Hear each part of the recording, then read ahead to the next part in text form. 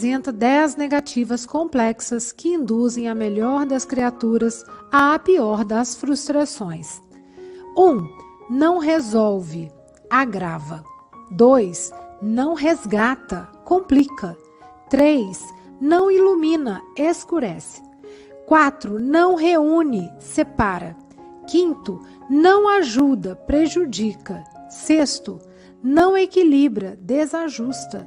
7. Não reconforta, envenena. 8. Não favorece, dificulta. 9. Não abençoa, maldiz. E 10. Não edifica, destrói.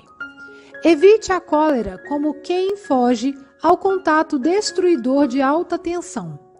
Mas se você amanhece de mau humor, antes que o flagelo se instale de todo na sua cabeça e na sua voz, comece o dia rogando à divina bondade, o socorro providencial de uma laringite. Então, muito obrigado. Então, vamos reiniciar, né?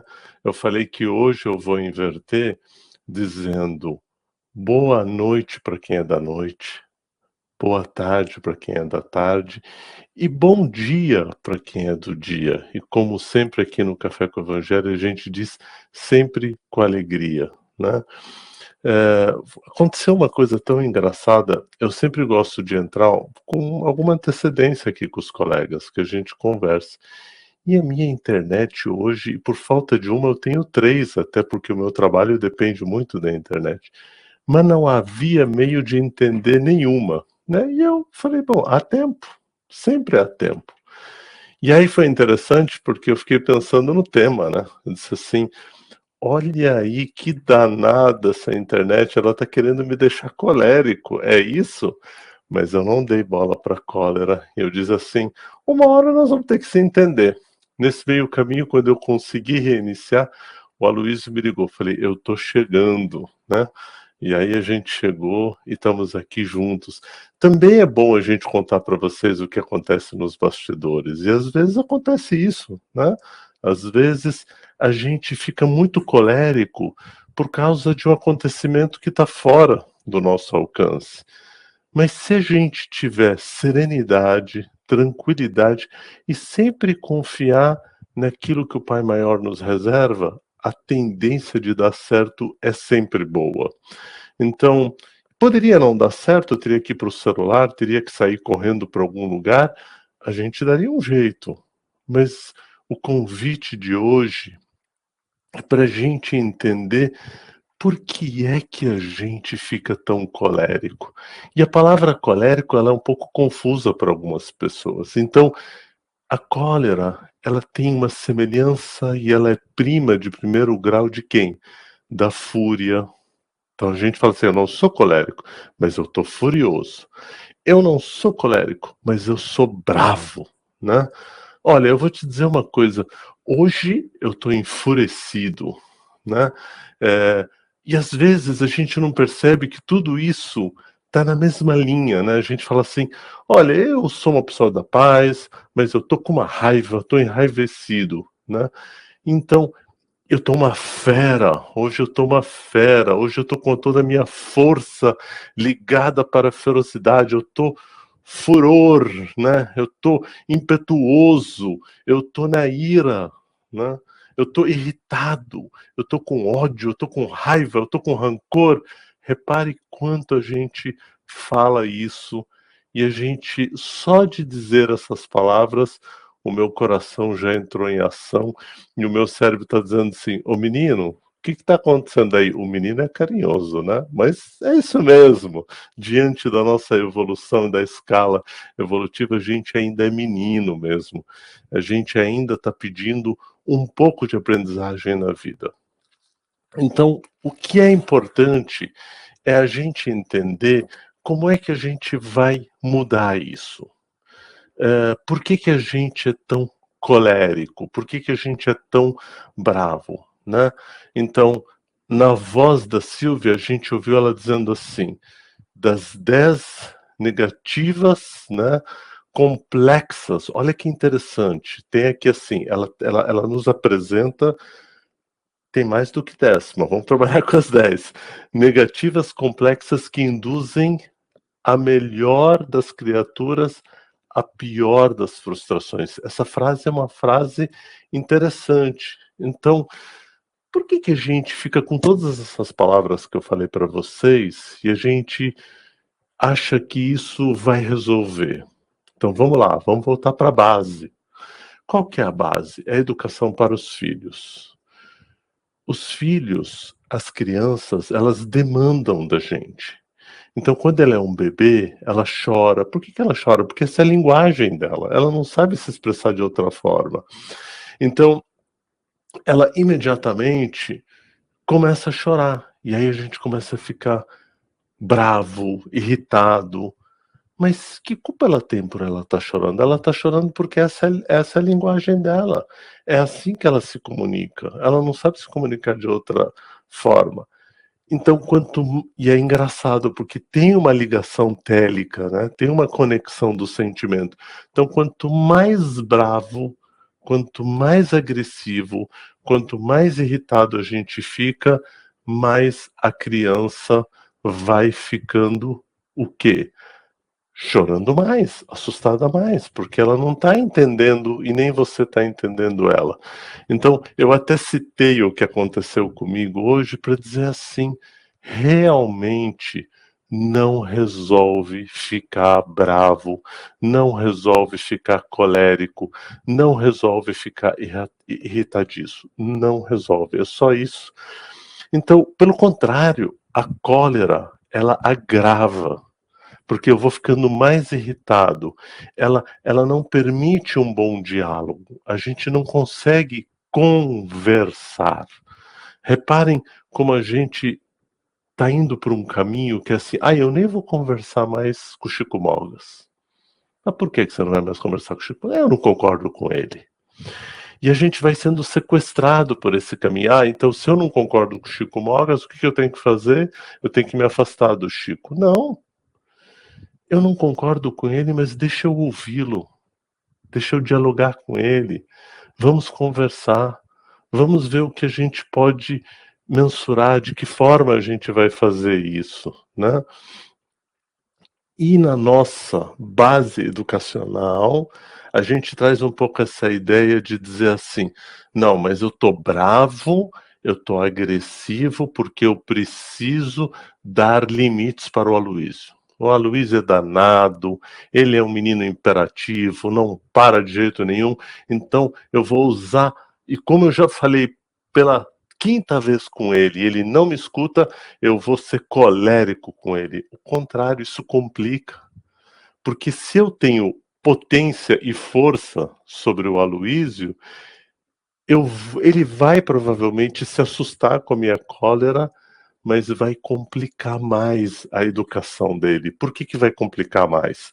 Porque ele não vai entender por que é que eu estou tão bravo daquilo, e ele deixa de fazer aquilo não porque ele entendeu, tampouco porque ele me respeita. Ele deixa de fazer porque ele me teme, porque ele tem medo, né? Mais ou menos, você vê que hoje eu estou elegendo eles todos como meus filhos, né? Com muito amor e carinho, meus irmãos, né? De caminhada. Então, por que que complica? Porque a educação, se ela não é feita com amor, com generosidade, com afabilidade, com doçura, ela não ajuda, né? Além dela não ajudar, ela escurece. O que que ela escurece? Ela escurece a personalidade de quem a gente é. Porque quando eu tenho medo, eu começo a acreditar de que os meus orientadores, com a raiva que eles desferem a meu respeito, fazem com que eu sinta de que eu não tenho valor, de que eu sou um zero à esquerda, e eu começo a acreditar naquilo que eles falam ao meu respeito. Sabe quando tem uma criança que está andando no dia a dia e ela corre, e aí os adultos acham que isso não é um problema, e eles viram e falam assim, nossa, mas essa pessoa tem o cão no corpo, esse menino é encapetado, e a gente acha que isso está tudo bem falar isso, mas a criança, na evolução dela, ela tem os orientadores dela como referência, e ela passa a tomar aquilo como verdade. Então, a cólera, estar colérico com a situação, factualmente não ilumina, ela escurece. né? E veja vocês, o quarto elemento é um elemento. Então, eu quis usar os três primeiros elementos para a gente falar um pouco sobre a vida mais social, desculpe, sobre a formação primária, né? Então, aquela formação que a gente tem normalmente de 0 a 10 com os nossos pais, como é que isso se dá, e o quanto a gente é raivoso com os filhos, o quanto a gente é impaciente, né? Então, lembra que isso não vai resolver a educação dele, não vai resgatar ele da dificuldade e vai levar ele a se tornar cada vez mais grave, mais complicado na vida e escurecido em relação à sua própria identidade. Lembrem de Jesus quando ele conversa com Abigail e as crianças, o quanto ele educa, o quanto ele não critica o rabino que fala do Messias guerreiro que vem. Pelo contrário, ele elogia o rabino, dizendo: ele é um homem bom, mas talvez ele esteja fazendo uma leitura equivocada do texto. Eu vim aqui trazer a paz, eu vim trazer a luz.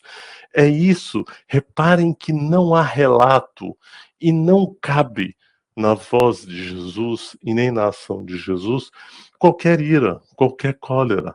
Há sim uma retidão, uma sensatez, né?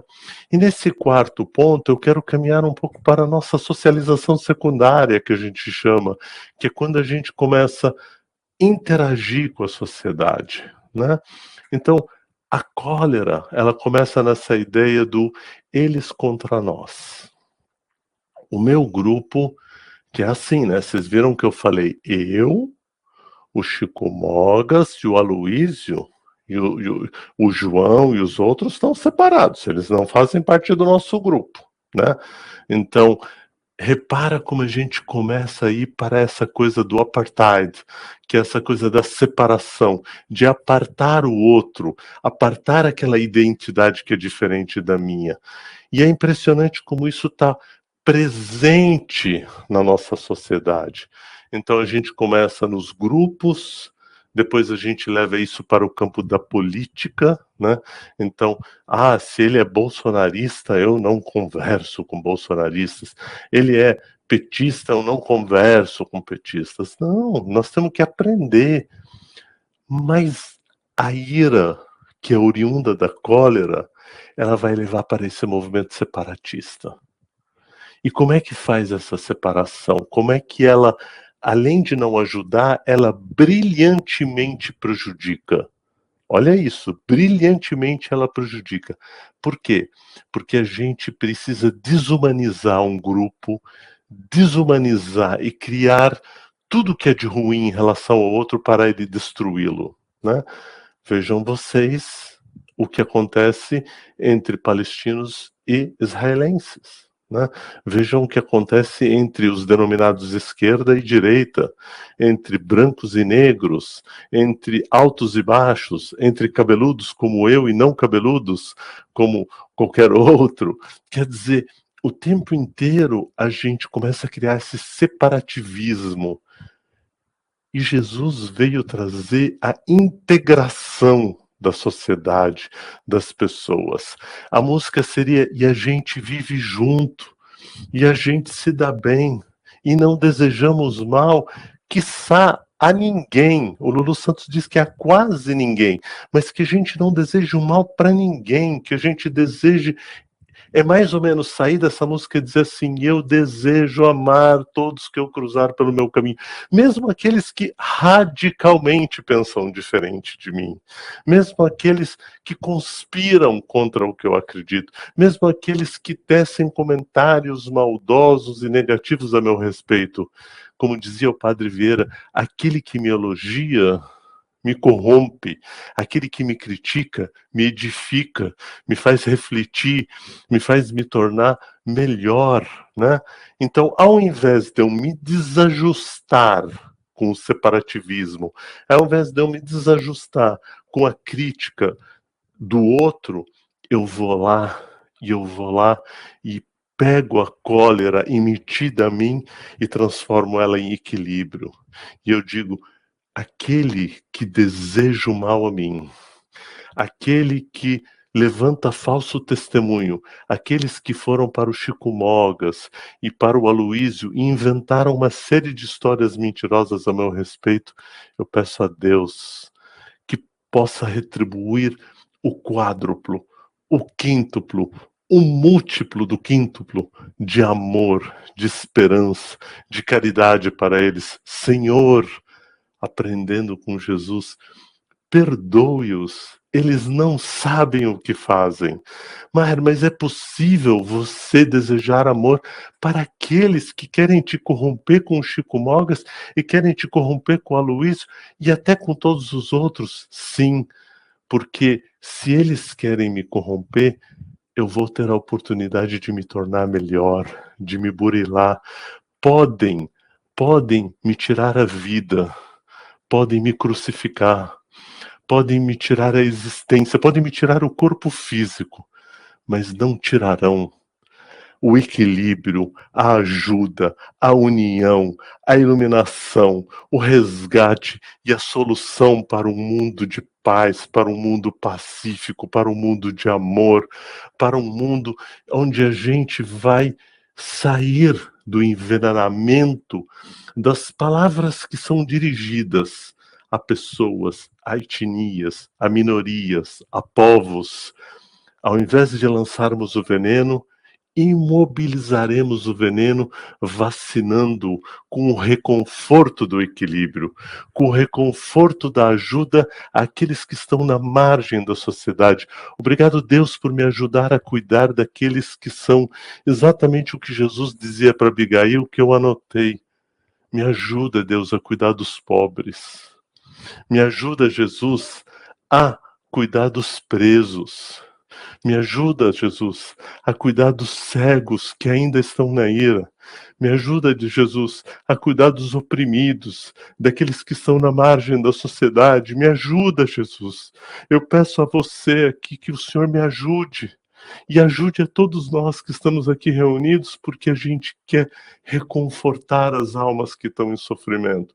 Não estamos aqui para condenar aqueles que erram, aqueles que cometem crimes, mas estamos aqui para rezar e, em nome de Deus, o clemente, o misericordioso, o generoso, o bondoso, eu neste momento rogo a paz para todos os soldados, sejam de Israel, sejam da Ucrânia, sejam do Sudão, sejam do Líbano, sejam de qualquer lugar do mundo. Eu rogo que o Senhor possa iluminá-los e não nos condenemos pelos crimes hediondos que, pela sua falta de conhecimento e pela falta da prática do amor, são contaminados pela cólera e acreditam que favorecem a paz através da guerra, mas isso não é favorecido, isso dificulta.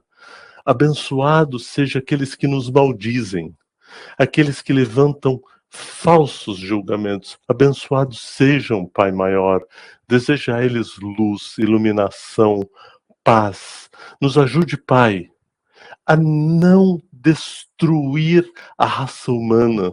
Nos ajuda, Pai, a sermos amorosos com os chineses, gentis com os coreanos, que sejamos respeitosos com os norte-americanos, mas que sejamos agradecidos a todos os povos originários, sejam os indígenas, os aborígenas, sejam qualquer aqueles que cuidaram da mata. Vamos trabalhar para edificar um planeta melhor. Talvez você que esteja me assistindo possa pensar, mas isso que o Maher está falando não está na realidade. A realidade é diferente, né? Então, na verdade, existe uma tensão no planeta e há, inclusive, alguns líderes religiosos fazendo previsão de catástrofes que vão acontecer em 2024, catástrofes em 2025.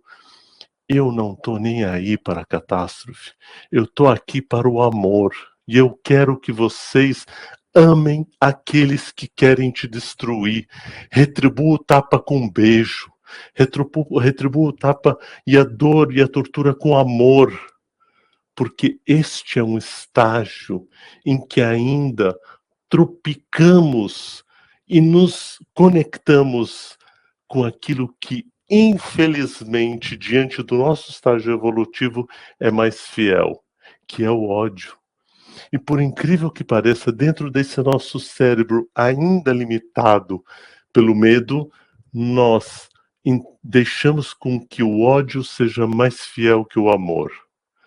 Mas eu pretendo cometer a infidelidade com o ódio. Eu não quero ser fiel ao ódio. E por mais difícil que seja, e mesmo vendo toda a minha família, toda a minha gente sendo massacrada na Palestina, eu não vou odiar os israelenses. Eu não vou fazer aliança com a cólera e com o ódio. Porque é só o amor que conhece que é verdade. Não há outro. Não há outro que conhece a verdade que não seja o amor. Não há outro. E eu quero apenas, né? Acho que eu já passei do horário dos meus 20 minutos, mas eu vou terminar. Desculpem a minha emoção, mas eu quero apenas olhar os campos. Eu quero apenas cantar o canto de Jesus. Eu, Maher, só não quero cantar sozinho. Eu quero um coro de passarinhos de todos vocês e que a gente leve o canto do amor, o canto da paz a qualquer amigo que precisar. E sabe o que a gente vai fazer? A gente não vai ter 1 milhão de amigos e bem mais forte poder cantar. A gente vai ter bilhões de amigos.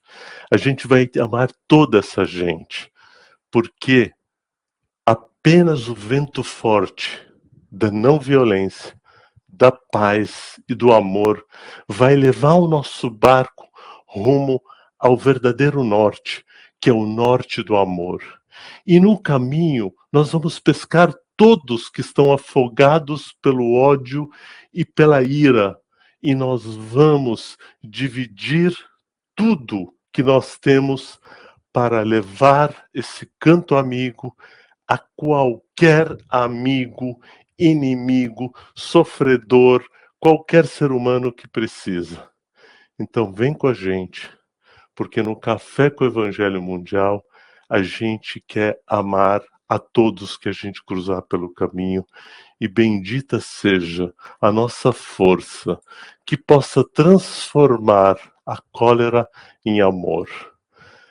E aquilo que nos complica em resgate, o que nos escurece em luz, o que nos separa em união, o que nos prejudica em ajuda, o que nos desajusta como força de equilíbrio, e aquilo que nos envenena reconfortável com o bálsamo do amor, e que toda dificuldade nos favoreça para tornar mais facilidade aqueles que precisam, e bendito seja o vosso ventre, Jesus.